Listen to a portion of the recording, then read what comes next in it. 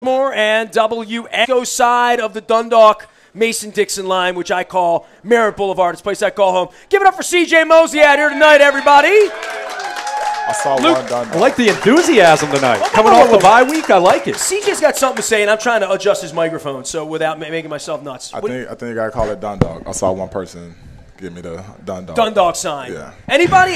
By show of hands, how many people think you're in Dundalk right now? How many people think you're at Sparrows Point right now? See, people think Sparrows Point begins at the next red light, I think. Like at Pop's Tavern and then everything like toward Edgemere and then down toward the point, right? I mean, this isn't really – but this is Patapsco. Like if you grew up here, you went to Patapsco, right? Or did you go to Sparrows Point? You know, Barry's mom grew up in North Point Village, so this is like a sort of homecoming for him. All the Saints over there, they all went to Sparrows Point, so I don't know. I call it Dundalk, CJ, proudly. How about that? Most of you identify with Dundalk, so that's my homeland. The map says Dundalk when I typed it in. So. Yeah. Well, all right. Well, then if Google the says map has spoken. The map has spoken. When someone says, where are you from, do you have a neighborhood? Do you say Mobile or do you say – Mobile. Just straight up. That's where there's no – did your neighborhood have a name or no? Like I'm from Colgate in Dundalk. No? No, I mean the street that most people lived on was DIP. So you say, oh, I lived off DIP. DIP. It's like DMZ. So Dolphin Island Parkway. That's what it stood for. Dolphin Island Parkway. DIP. The dip. Yeah, there you go. The dip. See, all right. So I learned that. Yeah. But there's no disputing like whether you're in one place or another. Yeah, so usually it's like different counties in there, but most of the people are going to say I'm from Mobile. You know what I would say? If in the old vernacular, we would say we're in North Point, right? Because the Battle of North Point and Battle Grove was right down the street. So if I said we're in North Point, but no one would know where the hell that is, right. Like in Pikesville or in Towson or whatever. Yeah, so you know how it's like Pritchard, you got Theodore, Satsuma, like all those types of areas. See, when I ask Phil Savage where he's from, he doesn't know. Probably says Fairhope. Yeah. Fairhope, But so that's on the other side of the water. So he would say Baldwin County. Baldwin County would be like San Mobile. Yeah, I would never say Baltimore County. I mean, that wouldn't be specific enough. Yeah. You'd have to, drill down. Luke, however, is from York, Pennsylvania. So, Well, originally born in Baltimore.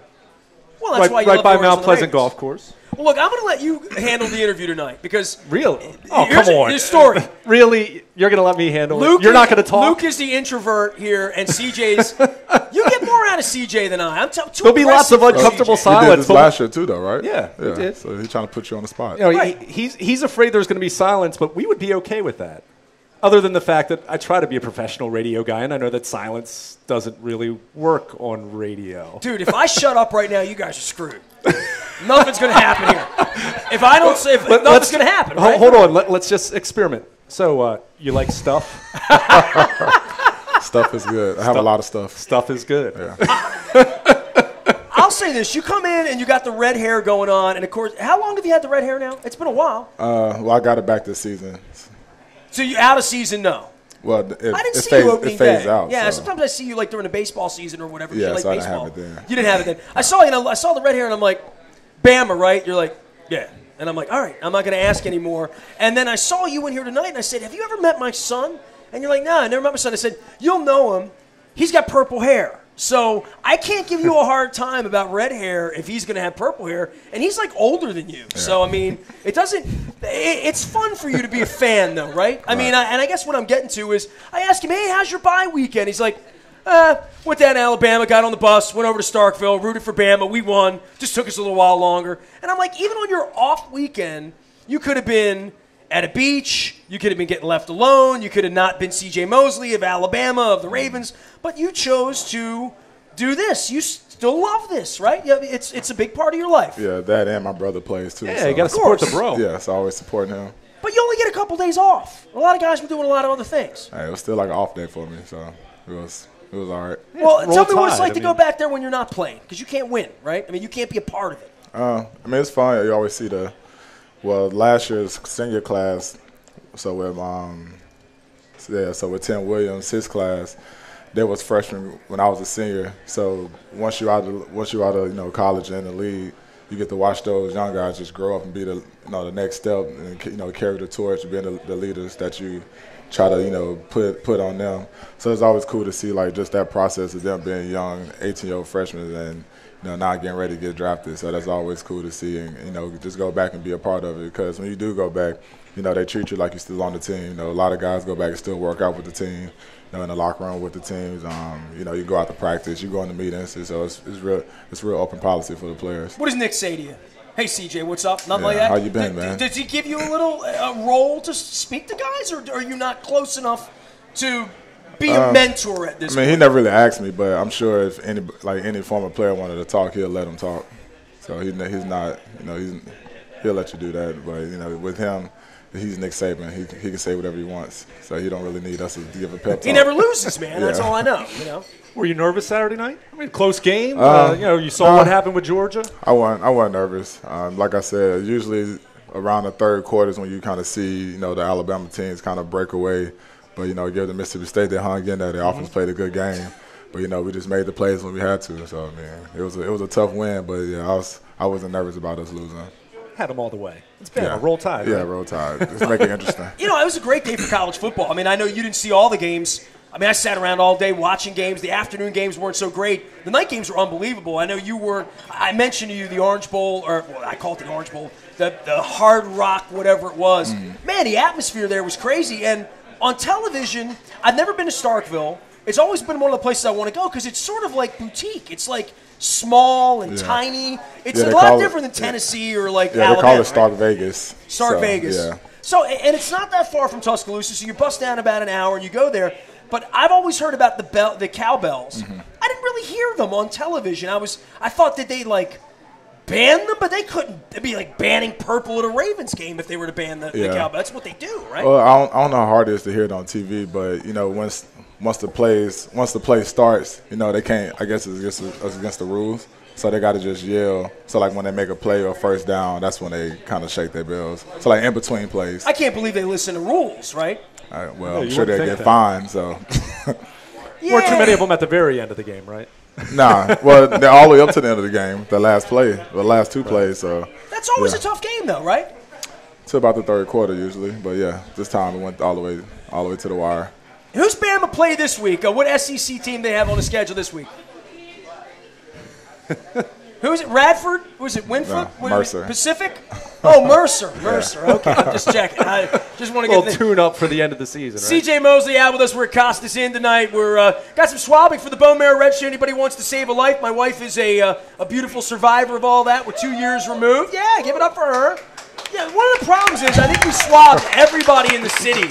I swear to God, the first 2 times. And I put a picture up of CJ and I up at Adams Jeep a couple years ago, and I got bags under my eyes, and I looked at the date, and I'm like, oh, my wife was in the hospital for 60 days. No wonder I looked like I was going to die. So we're all here together. Our hair's back. We're, and the football team, as much as 4-5, and I will pivot on this, and we'll get to Green Bay and do all that. I look at, and I know you guys can't look at backup quarterback, trip to Cleveland, Jacoby Brissett, Cincinnati, but I'm sure internally, in any other 4-5 year, you'd look at this and say, man, we're screwed. We're really behind the 8 ball. That 6th spot is still sitting there dangling. And I think we've got I don't want to say an inside track on it, but if we play the way we're capable of playing, we got most of our starters back, right. Marshall notwithstanding, and Dennis and Alex and anything else that happened, and Tavon on your side of the ball as well.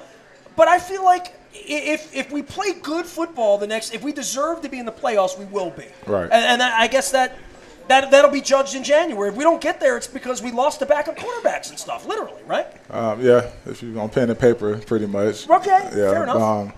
But our motto today was, if you win, you're in. That's at the end, that's what we got to do. The defense, we got to keep doing what we've been doing. I know Coach Pease mentioned we're third in the league on defense.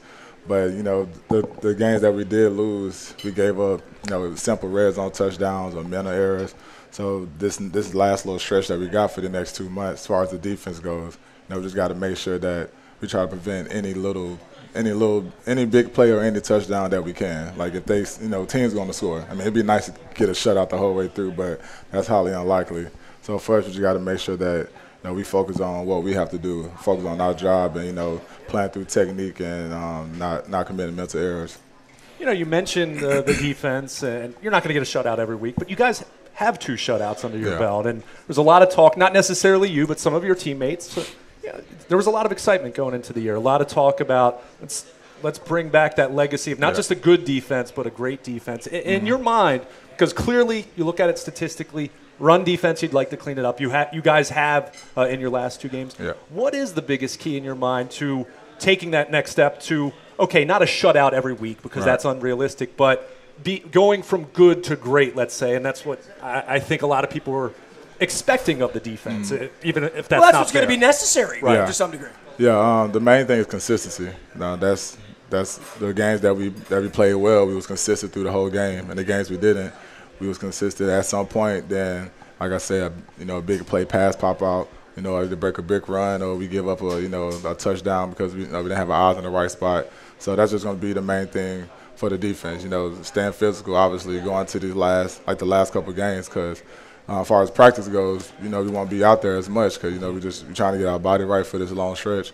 So for us, it's going to be just being mentally prepared and being consistent on the field. Do you notice a difference coming back from the bye week? Joe was asked this question and he said, "Look, everyone talks about the bye. In reality, you get away for 4 days. Yeah, you're not going to feel 100% until the season." Just like when you said that.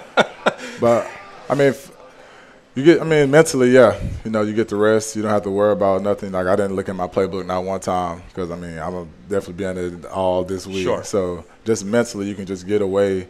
And, for some guys, especially the younger guys, just having that mental break from football is going to help them a lot. Your body, depending on what kind of injury it is, your body still might be hurting once you get back. It might feel rested, but once you put the pads on and get hit in that same spot, it's going to be right back hurting. So I think the bye week is more for a mental rest for you. Having gone through this now 4 times, this is your 4th year in the league, do you handle the bye week any differently than when you were a rookie? Well, I've been doing the same thing every bye week. I go to Alabama. So. Well, there you go. Have you seen his hair? Yeah, so that's been my bye week. Go home, see the family, see my brother, and just hang out with them. There's no other consideration for you. I mean, I obviously, right? I mean, you don't even – there's no second place. That's what you're doing. Yeah. That's what you're going to do next year and the year after that. Yeah, until he's gone, that's definitely going to be where I'll be for the bye week. Will that change things for you?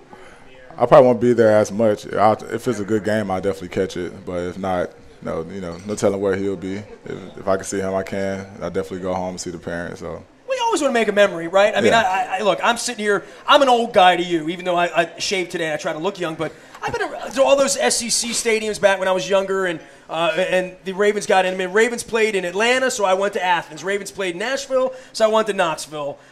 Ravens played in Atlanta. Ravens played in Jacksonville, so I went to Tallahassee. And then the next year I went to Gainesville. So I tried to catch games on Saturdays, and I think it's such a rare thing. You only play 5 home games a year.